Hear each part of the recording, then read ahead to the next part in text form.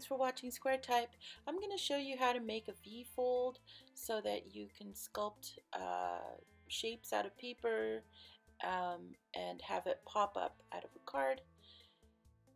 These are the materials that I used, really simple. You can use any kind of paper that you have laying around. I happen to have cardstock that I can use. A V-fold stand and a swinging arm is basically a piece of paper folded in half to make a V, and then one side of it is folded over so that you can invert it and make the V face the other way. When you glue it onto a card, it swings back and forth when you open and close the card. So let's start with a perpendicular fold. Again, you take a piece of paper, fold it in half. And I'm going to use my pencil as a rolling pin because you want all of your creases in V-folds to be really firm creases. So here's my nice V-fold. The opening of the V is facing up, and I roll one of the sides downward, and that's going to make the base of my pop-up. The base is going to be glued onto the card like this, on the crease of the card. So when you open this up, you can you see that V right there? You basically invert it invert one side of it by putting your fingers on the sides of the V and then pinching while poking the middle like this. And now you have your pop-up shape. You want to put glue all the way to the elbow and the edges of that stand at the bottom, because putting glue at the elbow helps it really do the pop-up action really well. So glue it onto the crease of the card, open the card, glue the other side and close it. Make sure all the glue is dry before you open this up, and there it is. It's swinging back and forth. So that's basically how you do it. I'm going to show you a couple of more angles. This is the shallow fold, so it's a nice shallow swing. It's only like around about a 40-degree swing because it just depends on your design. You might need this, might need to know this, so you can do any kind of design you want. Again, with the opening of the V facing upward, I'm just going to roll it over, one side over, into a shallow angle instead of that full 90-degree L shape. And then you just invert the other side by pinching and poking the middle. Pinch the sides, poke the middle, and you can invert the other side of that V-fold. There it is. Make sure you glue all the way up the sides of the bottom of the elbow so that the pop-up action can happen when you open the card like that. The next one is going to be the deep fold. The deep fold allows the arm to swing all the way back and all the way forward, and your design might need that. So I'll show you how to do that fold.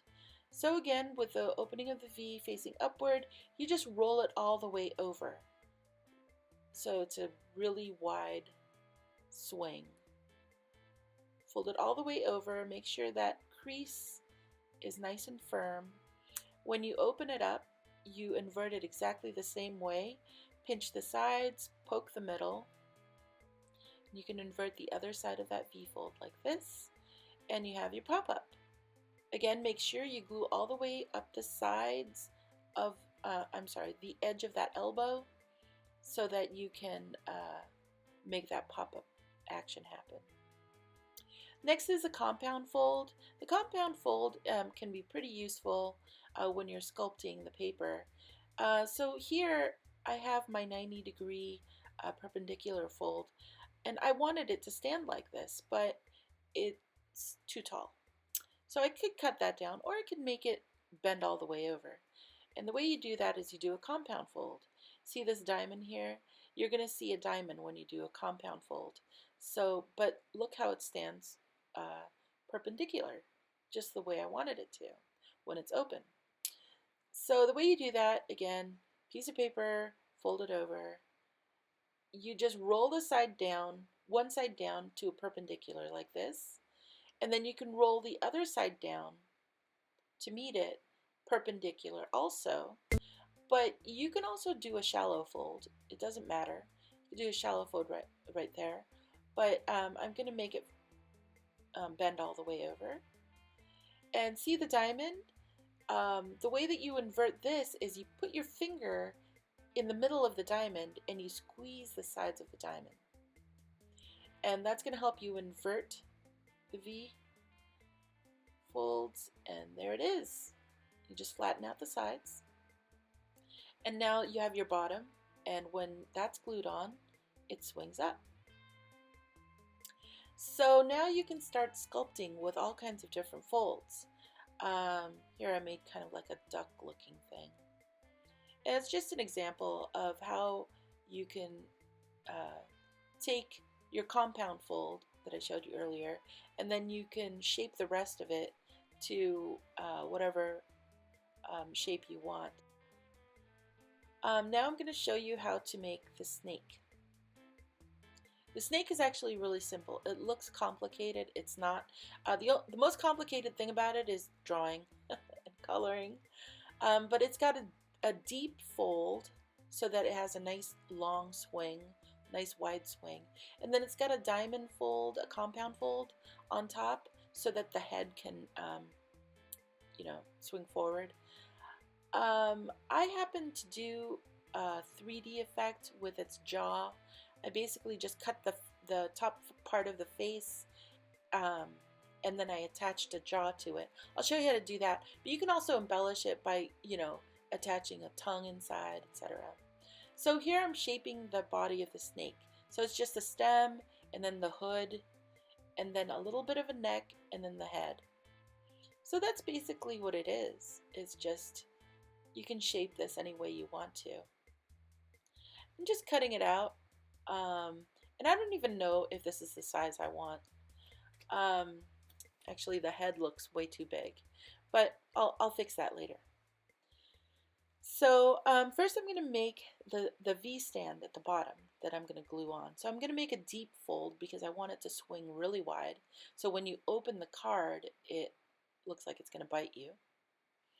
And then for the head, I'm going to first start with the hood part and the neck, and I'm going to angle it about 90 degrees.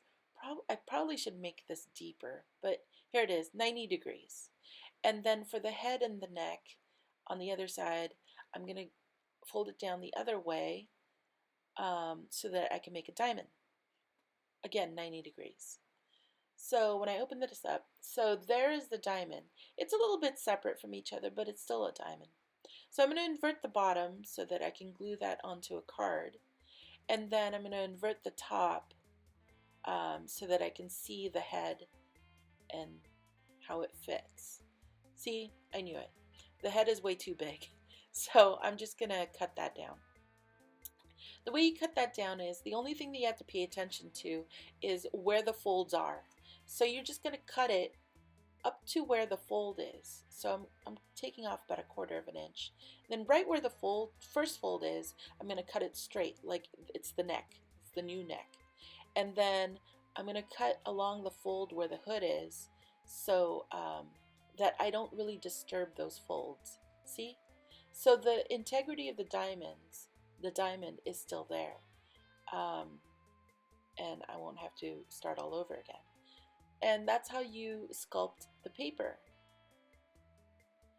Now I can attach the jaw. I just cut out a piece of paper to kind of look like a jaw, just so you get a general idea of how I did this.